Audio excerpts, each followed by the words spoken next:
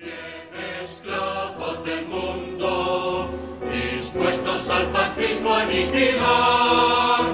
Nuestro esfuerzo fecundo es la lucha en pro de la paz. Luchad, luchad con gran tesón por la solidaridad, reforzando las filas con